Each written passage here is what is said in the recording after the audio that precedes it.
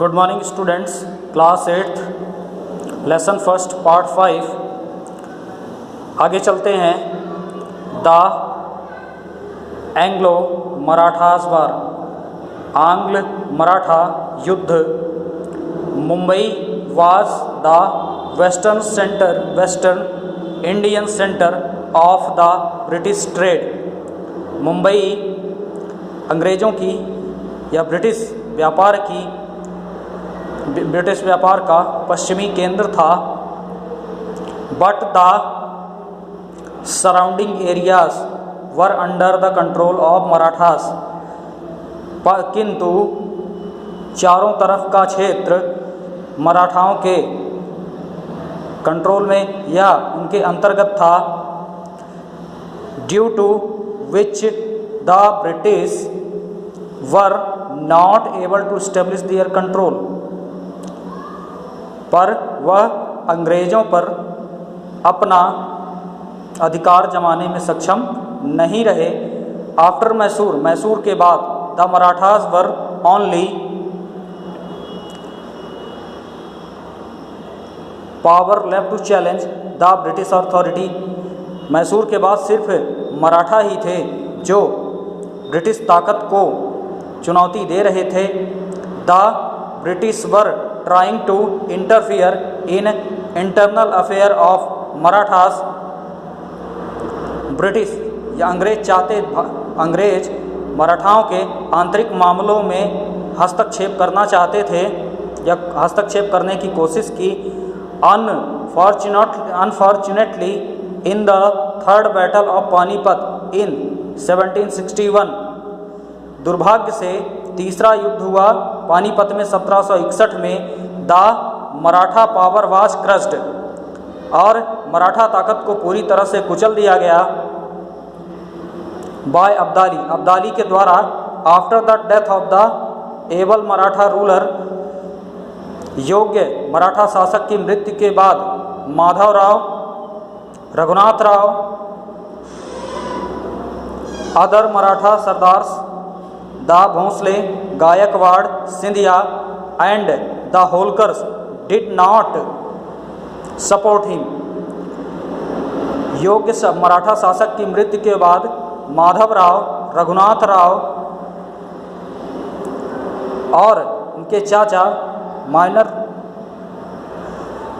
Other Maratha sardars Bhonsle, Gaikwad, Scindia और दूसरे मराठा सरदार भोंसले, गायकवाड़, सिंधिया और होलकर ने उनकी कोई मदद नहीं की। Raghunath Rao entered into treaty, Raghunath Rao ने संधि कर ली विथ ब्रिटिश, अंग्रेज़ों के साथ। एंड गॉट दियर सपोर्ट, और उनकी सहायता हासिल कर ली। इन दिस वे, इस रास्ते पर ब्रिटिश गॉट अ चांस, अंग्रेज़ों को एक मौका मिला to interfere in internal affairs of the Marathas. इस संधि के बाद अंग्रेज़ों को मराठाओं के आंतरिक मामलों पर हस्तक्षेप करने का एक मौका मिल गया। In 1775 the first Anglo Maratha war was fought, सन 1775 में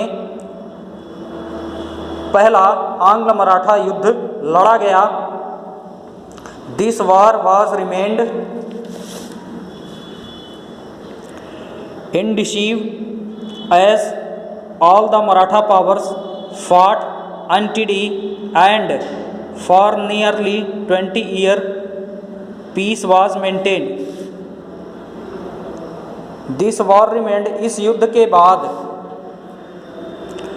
अनिश्चितताओं के द्वारा मराठा ताकत संयोग से पूरी तरह लगभग 20 साल के लिए शांत हो गई। The second Anglo Maratha war, द्वितीय आंग्ल मराठा युद्ध, was fought during the reign of Lord Wellesley. द्वितीय आंग्ल मराठा युद्ध लॉर्ड वेलेज़ली के अंतर्गत लड़ा गया। When the contemporary Maratha ruler, उस समकालीन मराठा सरदार Bajirao Peshwa second has already signed a pact with British.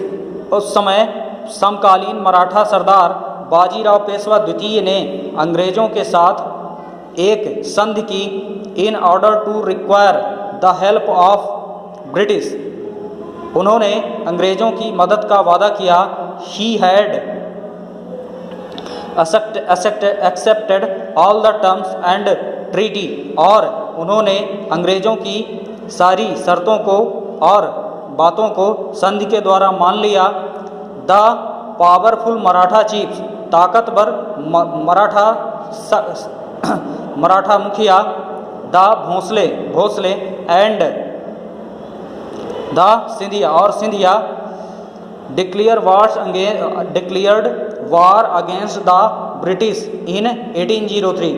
उन्होंने 1803 में अंग्रेजों के खिलाफ युद्ध की घोषणा कर दी। टू मेंटेन देयर इंडिपेंडेंस, अपनी स्वतंत्रता को बरकरार रखने के लिए। Both of them were defeated, दोनों को हरा दिया गया। एंड वर लेफ्ट, और छोड़ दिया गया। With no other alternative but to enter into separate treaties, छोड़ने के बाद बिना किसी विकल्प के उनको विभाजक संधियों पर हस्ताक्षर करने पड़े अंग्रेजों के साथ। In the beginning the Holkar remained aloof but soon they also fought against the British to maintain their independence। Holkar, इस युद्ध से खुद को होलकर्स ने अलग कर लिया था, किंतु अपनी स्वतंत्रता को बरकरार रखने के लिए अंग्रेजों के खिलाफ युद्ध की शुरुआत कर दी। द रूलर ऑफ भरतपुर के शासक राजस्थान हेल्प हिम, भरतपुर के शासक और राजस्थान के शासकों ने उनकी मदद की। Although the British forces were able to defeat the Holkars, क्योंकि अंग्रेज ताकत दोनों को कुचलने में सक्षम थी। Holkars they were unable to defeat Bharatpur and Holkar, और भरतपुर के शासक उनको हराने में असमर्थ रहे। And untidy signed a pact, और उन्हें ना चाहते हुए भी संधि पर हस्ताक्षर करने पड़े। With the ruler of Bharatpur के शासक के साथ।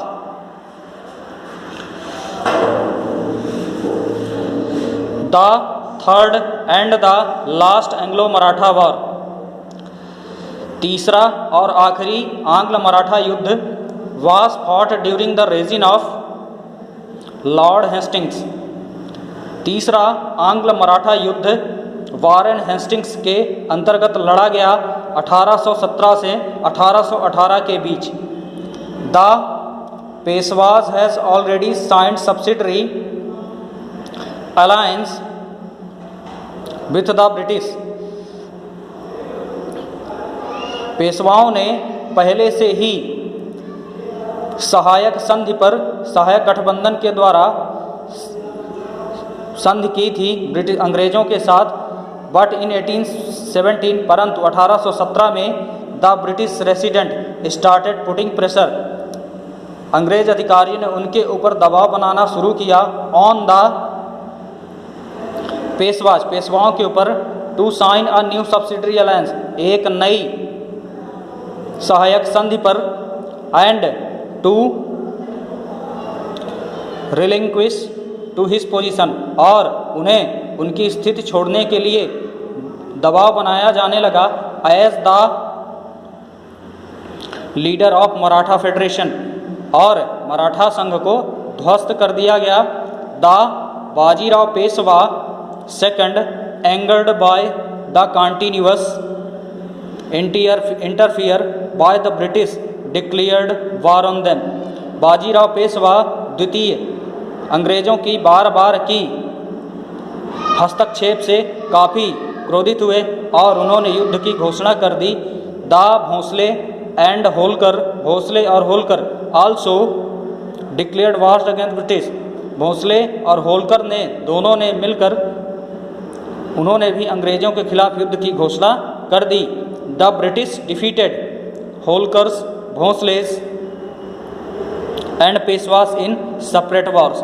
अंग्रेज़ों ने होलकर, भोंसले और पेशवा को एक आखिरी अलग युद्ध में तीनों को हरा दिया। A portion of Peshwas territory, पेशवाओं का एक महत्वपूर्ण हिस्सा was given to descendants of Shivaji, अंग्रेज़ों को दे दिया गया, शिवाजी के द्वारा जीता गया। एट सतारा, जो सतारा में था। And rest was acceded to British empire, और अंग्रेज़ों की सारी मांगों को, अंग्रेज़ सरकार की सारी मांगों को मान लिया गया। द अदर मराठा चीफ, दूसरा मराठा मुखिया Bhonsle, Holkar, Scindia, the Gaikwad were fought under the suzerainty of the British. उसके बाद एक और मराठा मुखिया ने भोंसले, होलकर, सिंधिया और गायकवाड़ के साथ मिलकर एक बार फिर से अंग्रेज़ों के खिलाफ युद्ध किया। दस आफ्टर डिफीटिंग मराठाओं की हार के बाद British became a Paramount power, अंग्रेज़ों की ताकत सबसे सर्वोच्च ताकत के रूप में उभरी। इन इंडिया, भारत में Lord Wellesley was appointed the governor, Lord Wellesley को गवर्नर बनाया गया। General of in India 1798, governor general के रूप में 1798 में लॉर्ड वेलेस्ली को अपॉइंट किया गया या बनाया गया। And he started consolidating the Britain empire in India, और उसने अंग्रेज साम्राज्य को भारत में पूरी तरह से फैलाने की कोशिश की। He decided to bring as many Indian states as possible under British rule, वह ज़्यादा से ज़्यादा भारतीय राज्यों को अंग्रेज शासन के अंतर्गत लाना चाहता था।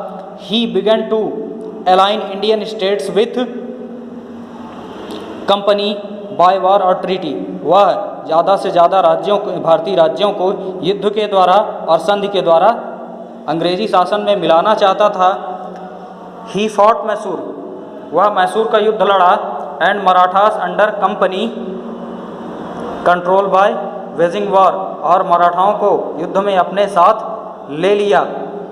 Lord Wellesley, Lord Hardinge and Lord Dalhousie played a vital role in the expansion of British rule in India.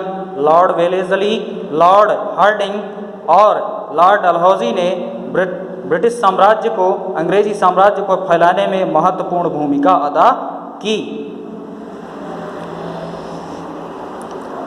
By his subsidiary alliance, सहायक संधि के द्वारा Lord Wellesley fought several states under the control of company, Lord Wellesley ने सहायक संधि के द्वारा कई सारे राज्यों को अंग्रेजी हुकूमत के अंदर ला लिया। The following were salient features of the, यह कुछ महत्वपूर्ण मुख्य विशेषताएं थी सब्सिडरी अलायंस, सहायक गठबंधन के द्वारा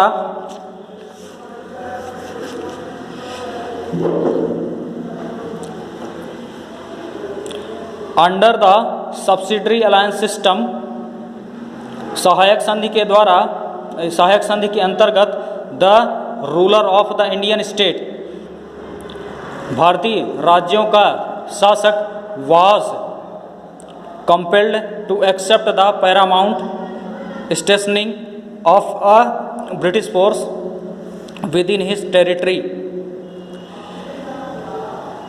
the ruler of Indian state, भारतीय राज्य का शासक मजबूर हो गया अंग्रेज शासकों की स्थायित्व की मांग को पूरा करने के लिए अपने क्षेत्र में द रूलर हैड टू पे आ फिक्स्ड अमाउंट फॉर मेंटेनेंस। शासक को भरपाई के लिए एक निश्चित मुआवजा देना पड़ता था और force to provide a territory of state to company, और कंपनी के द्वारा कुछ सेनाएं उसके क्षेत्र को प्रदान की जाती थी। The Indian ruler had to keep at his court British officer who could observe the working of state। The Indian ruler, भारतीय शासक द्वारा कोर्ट में ब्रिटिश या अंग्रेजी अफसर को बुलाया जाता था उनके कार्यों की निगरानी के लिए। This system was established to provide security to Indian states. यह व्यवस्था भारतीय राज्यों में सुरक्षा प्रदान करने की थी। But in fact it was a violation of their freedom, परंतु उनकी आज़ादी में एक रोक लग गई। This was a web as one who agreed to this alliance, its fate was sealed permanently in British plot. This was अब यह एक तरीका था जो तैयार नहीं होते थे सहायक संधि के लिए, उन पर रोक लगा दी जाती थी ब्रिटिश सत्ता के आसपास आने के लिए। Hyderabad and Awadh were prominent Indian states who considered to subsidiary alliance. Hyderabad और अवध एक ऐसे क्षेत्र थे जो भारतीय क्षेत्र थे जो सहायक संधि के लिए तैयार थे। पेशवा इन 1803, पेशवा ने 1803 में, और Scindia and Bhosle considered to subsidiary alliance later. उसके बाद सहायक संधि पर हस्ताक्षर किए सिंधिया भोसले ने। Expansion under Lord Hastings, Lord Hastings के द्वारा ब्रिटिश साम्राज्य का प्रसार। Lord Hastings were appointed governor, Lord Hastings को गवर्नर जनरल बनाया गया। इन 1813 में Lord Hastings waged a war against Nepal. Lord Hastings ने नेपाल के खिलाफ युद्ध की घोषणा की। And force to sign Sugauli treaty, और उन्हें बाध्य किया सुजौली की संधि के लिए। बाय रिड्यूसिंग मराठास, मराठाओं को कुछ घेरने के बाद। The non entity he disbanded the Maratha federation, और बिना किसी पहचान के मराठा संघ को उसने रोक दिया। Lord Dalhousie a doctrine of lapse, Lord Dalhousie के द्वारा की गई चूक। Lord Dalhousie followed the policy of annexing, Lord Dalhousie ने हड़प की नीति अपनाई। Indian states under the company, ऐसे राज्य भारतीय राज्य जो कंपनी के अंतर्गत थे, जहाँ पर कंपनी का शासन था। He banned the age old tradition of adoption to here by Indian kings, ऐसे राजाओं को पग पर रोक लगा दी गई जिनका अपनी खुद की कोई संतान नहीं थी। वेन द रूलर डाइड, जब राजा मरता था, विदाउट अ नेचुरल हेयर, उसकी कोई संतान नहीं थी। His state was annexed to British dominations, वह सारे राज्य अंग्रेजी शासन में मिला लिए जाते थे। मैनी स्टेट्स इंक्लूडिंग झांसी, ऐसे कई सारे राज्य झांसी को मिलाकर नागपुर एंड सतारा, नागपुर और सतारा वर एनेक्स्ड अंडर द डॉक्ट्रिन, और सतारा को हड़प नीति के द्वारा अंग्रेजी शासन में मिला लिया गया। इन 1856 1856 में Nawab of Awadh accused of misgoverning his state. 1856 में अवध के नवाब को एक्यूज्ड या मुजरिम या दोषी बनाया गया मिस गवर्निंग, अंग्रेजी शासन के खिलाफ बोलने के लिए।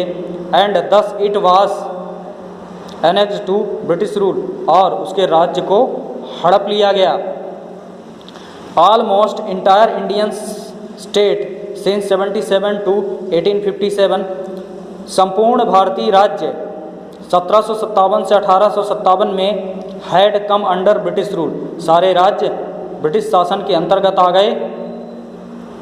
द एडमिनिस्ट्रेटिव पॉलिसीज, व्यवस्था की स्थिति में company spread discontent among Indian state and therefore great freedom struggle of 1857 broke out, और इसके बाद जब विद्रोह हुआ और स्वतंत्रता संग्राम 1857 में रोक दिया गया।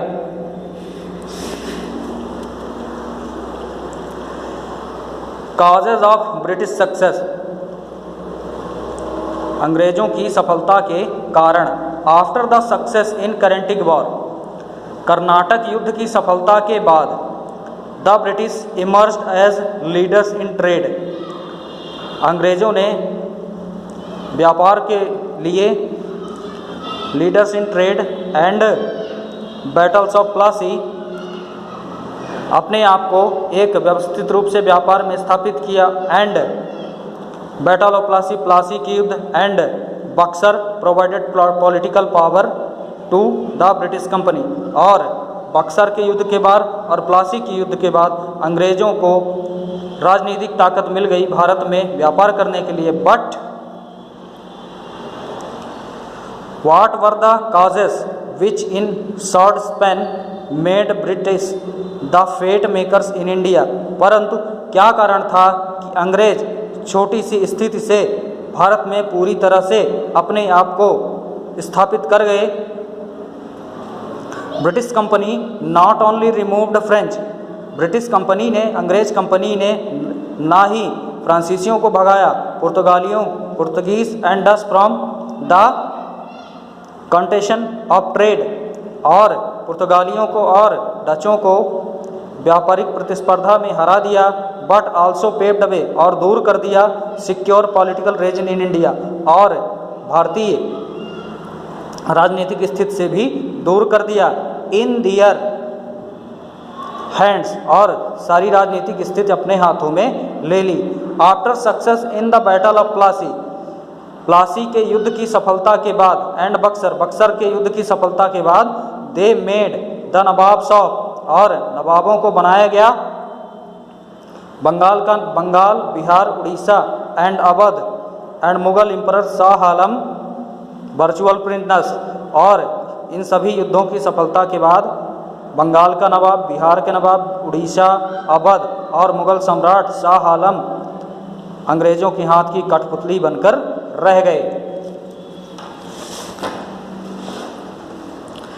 The social and political condition in India, Bharat की सामाजिक और राजनीतिक स्थिति were also instrumental in the success of British company, अंग्रेजों की भारत की राजनीतिक स्थिति में अंग्रेजों की सफलता के प्रमुख कारण राजनीतिक स्थिति और सामाजिक स्थिति थी।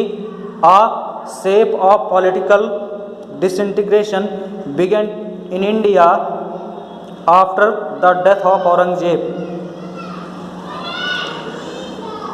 भारतीय राज्यों में राजनीतिक स्थिति को तोड़ने की प्रक्रिया औरंगजेब की मौत के बाद ही, औरंगजेब की मृत्यु के बाद ही शुरू हो गई।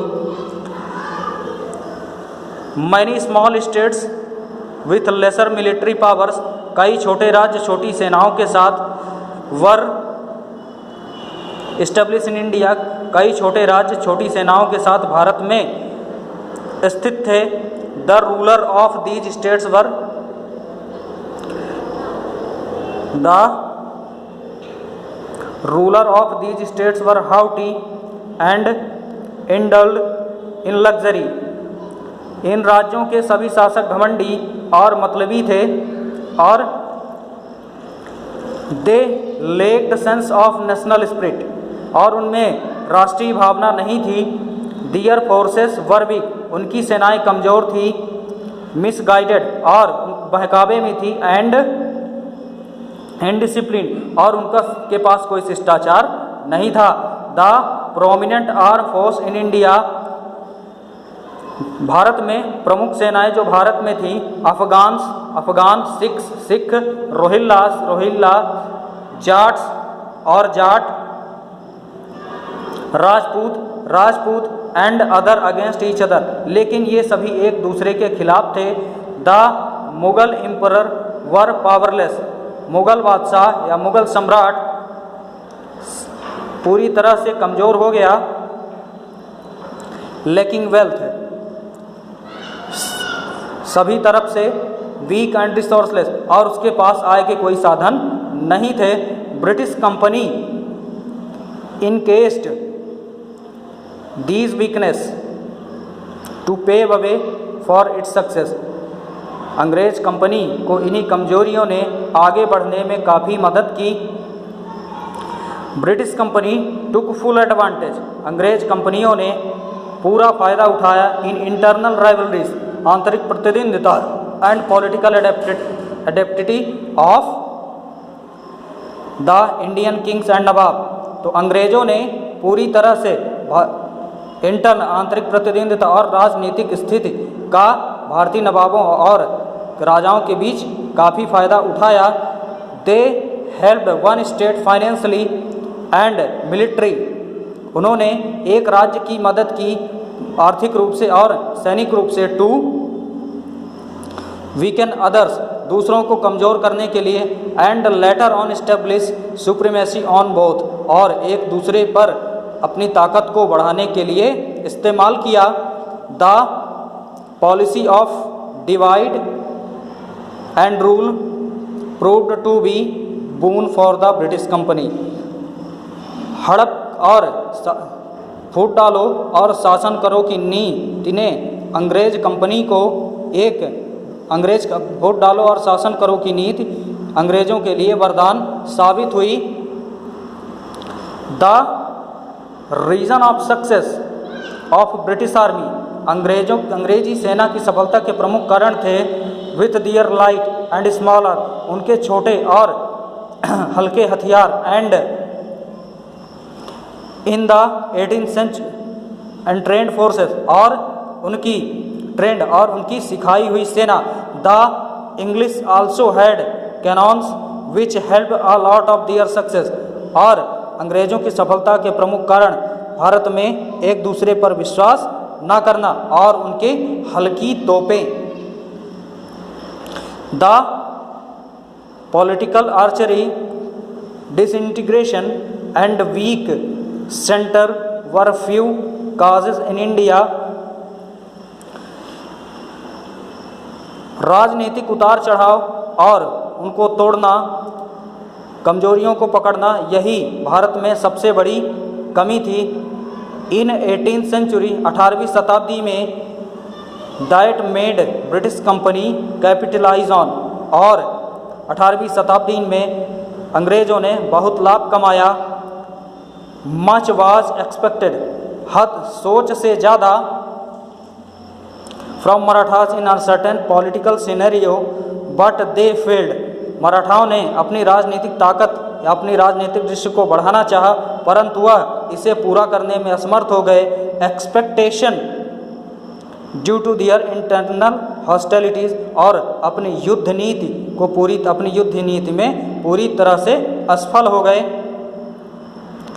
The case of success of the British, अंग्रेजों की सफलता का प्रमुख कारण वाज नॉट दियर एबिलिटी, उनकी योग्यता नहीं थी, ओनली किंतु, पर but it was due to political weakness and Indian rulers, परंतु सबसे बड़ी कमी भारत की राजनीतिक कमजोरी और भारतीय शासकों की कमजोरी थी। आगे हम प्रश्न उत्तर पढ़ेंगे।